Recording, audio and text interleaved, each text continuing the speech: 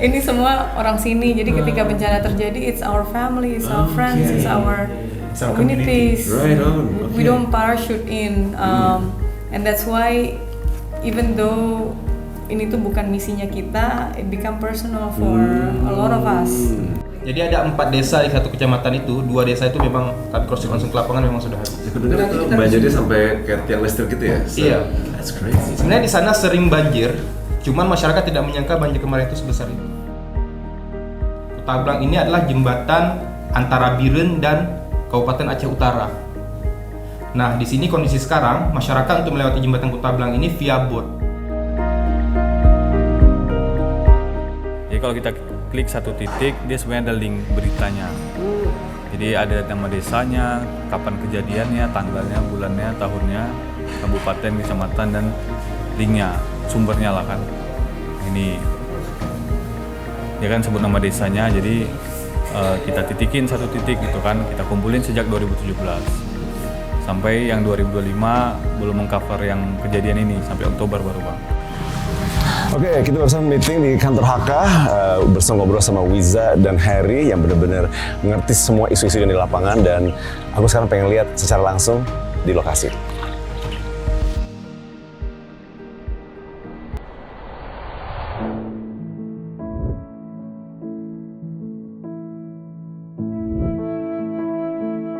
Kita akan coba melewati jembatan Kutablang yang baru putus karena tergerus banjir kemarin. Jadi kalau di sana dari Biren kita akan melewati jembatan itu sampai ke Aceh Utara.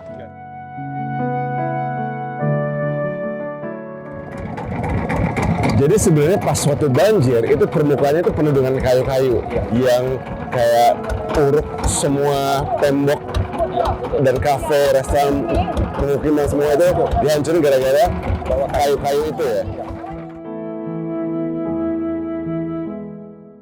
Itu air setinggi apa untuk bisa patahin jembatan sampai ini semua rumah-rumah warga, kafe, restoran, dan katanya sekitar 40-50 meter tanah yang ke sini tuh udah habis keuruk semua gara-gara banjir kemarin.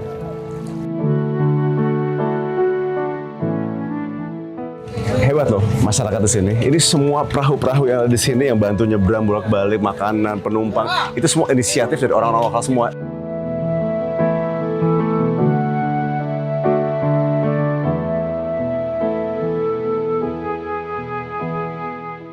Jam 2 pagi tiba-tiba banjir banget sampai setinggi, ya pokoknya sampai penuh banget rumahnya. Untung nggak ada apa-apa terjadi ke anaknya sama suami istrinya. Dan this is the reality ya untuk banyak warga-warga di Aceh sini. So kondisi sangat sulit. It's semua barang-barang pribadinya mereka tuh udah gone.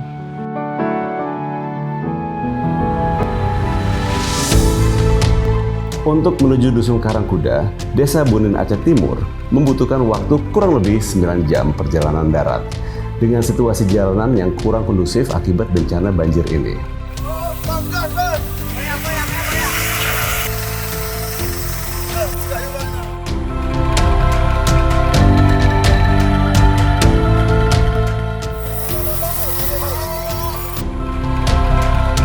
Ini bukan wisata bencana. Aku hanya ingin melihat secara langsung apa yang dirasakan dan terjadi saat ini. This is the current situation of one of many villages here in Aceh that needs our help. Sebagian rumah yang hanyut masih tertinggal kerangka-kerangka, jadi itu masih bisa dipilih mana yang bisa digunakan. Nah, jadi itu yang dibuat ini Pak. Makanya ini kan bekas-bekas tanah semua papannya. Berarti ini semua dari bekas-bekas rumah yang roboh, diambil bekas-bekas kayunya, terpalnya dan dibikin rumah. Sementara ini jadi rumah warga. Iya, siap. Untuk masak pakai apa ini? Untuk masak, untuk sekarang kalau untuk gas LPG bisa dibilang masih kurang. Belum ada, masih langka. Berarti banyak yang masak dengan kayu api. Bakar kayu? Ya, bakar kayu. Jadi kondisi terpal yang dipakai seperti ini, satu keluarga, benar-benar satu keluarga. Buat makan, buat tidur, buat simpen semua barang-barang yang tersisa.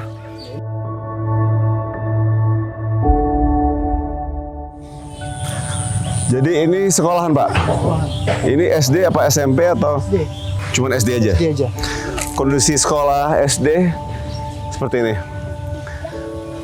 Coba lihat rumah-rumah sekitarnya juga.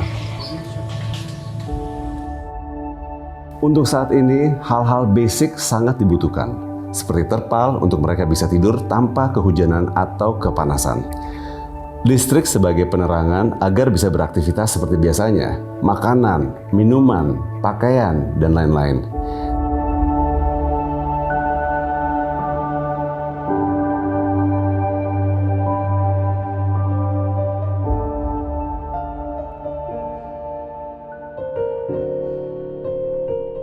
So kita pengen datang langsung ke sini dan ngobrol sama warga dan pengen tahu the real situation. Iya. Boleh saya tahu sedikit tentang kondisi Terima di sini? kasih. Udah nggak ada punya apa-apa lagi.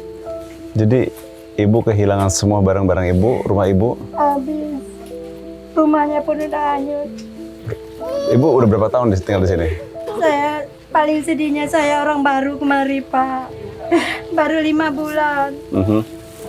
Diangkat semua, dijual rumah di sana, beli di sini, rupanya udah habis Pak. Jadi kondisinya ibu dari dulu punya rumah terus dijual, pindah ke sini, ngebangun, terus dari banjir kemarin semuanya habis, hilang. Nggak ada lagi apapun tinggal. Jadi sekarang ibu ini tinggal di tenda yang ada terpal itu. Air masuk jam 6 malam, jam 2 harus sampai sini. Jam 10 pagi dah hanyut rumah kami. Dari jam 6 sore kami kayak banget. 6 sore sudah mulai banjir. Ya. Jam 10, jam 2 pagi sudah mulai kencang. Ya. Pagi udah benar-benar sudah kayak laut. Banjirnya bisa sekencang ini, bisa sampai, look at that man, itu rumah 2 lantai, hancur total. Nah di sini ada sekitar 70-an kakak dan semua rumah udah hilang total. Itu Pinang umurnya 25 tahun dah. Pinang. Habis semua itu. Ini di bawah air semua ini? Seberang sana rumah juga tuh. Banjir ini bukan banjir bandang kayak biasa air, karena ini banjir lumpur. Kalau kita ambil air 1 botol aqua kita ambil, ya, kalau kita ngendapkan, jadi 80% tanah, 20% air.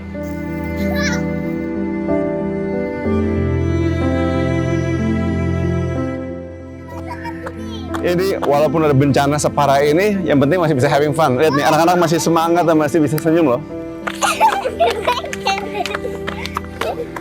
Dalamnya ada air.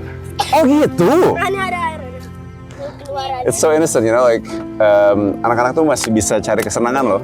Walaupun rumah udah nggak ada, bekas banjir, they lost everything, tapi they can still have fun. Boleh nggak? Boleh nggak? Boleh nggak?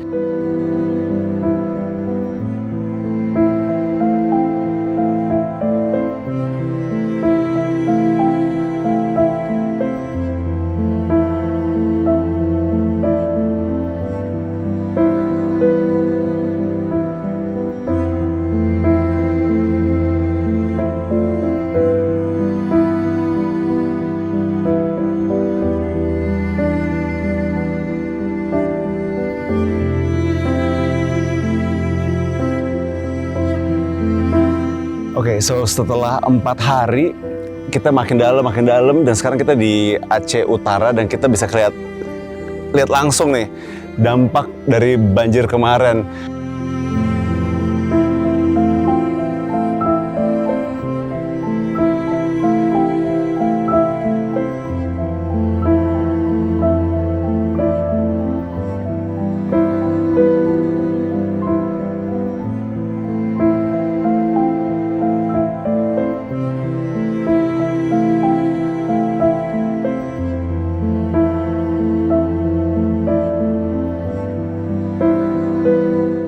Aku harap siapapun itu, kita sebagai manusia yang bersaudara saling membantu untuk mereka.